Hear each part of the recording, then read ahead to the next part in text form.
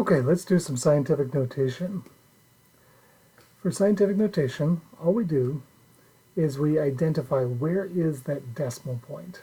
So here we have this giant number, what is that, thousands, millions, this is 5 billion, right? 5 billion, something. And we find the decimal point right here.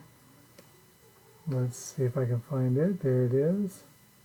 And we count back to so that it's right in front of the right after the first digit. So we're going to count 1, 2, 3, 4, 5, 6, 7, 8, 9, and that's where we're going to move our decimal point to.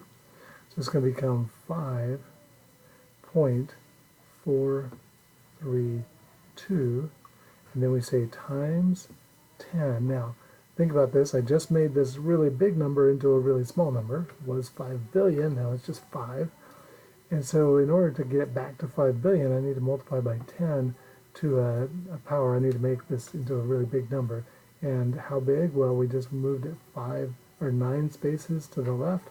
So we're going to say 9th power to move it back 9 spaces and make it into our original number. Okay, let's do it again with the opposite example. This time we have a really small number. It's some really small number. I don't even want to calculate what this is.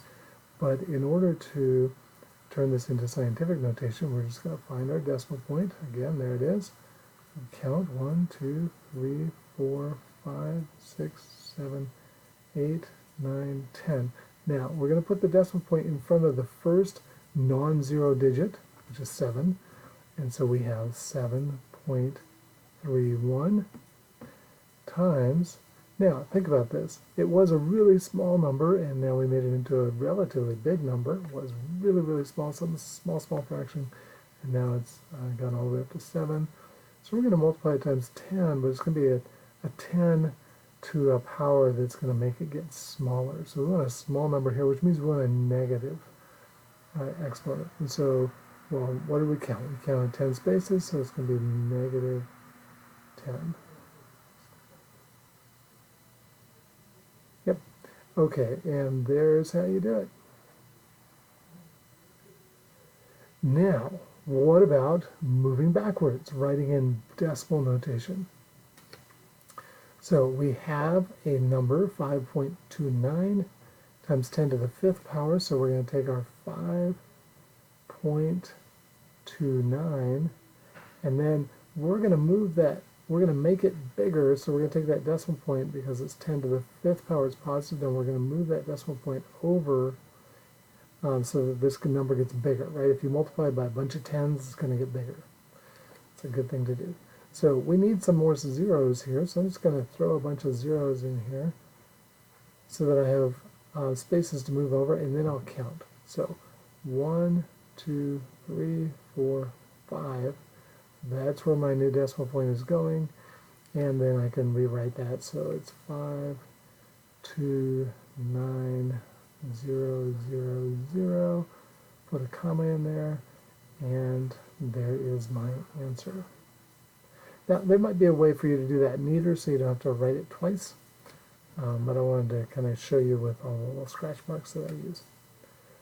Now, let's do this again with the second example, 7.13 times 10 to the negative 6th power. So again, we're going to take our 7.13, but this time we're multiplying by a 10 with a negative power, which means it's some really small fraction. It's 1 over 10 to the 6th power, which is 1. We're dividing by a giant number of 1 with 6 zeros. So that's going to make this really small. So we are going to move our decimal place to the left. So we need some zeros there. And I could have calculated out how many zeros I needed, but I just put a mess there. And now I'm going to move my decimal place as many spaces as is the exponent of 10. So 1, 2, 3, 4, 5, 6, just enough. And so my number is 0.0001. 0.00713. And that's how you do scientific notation and then turn it back into decimal notation.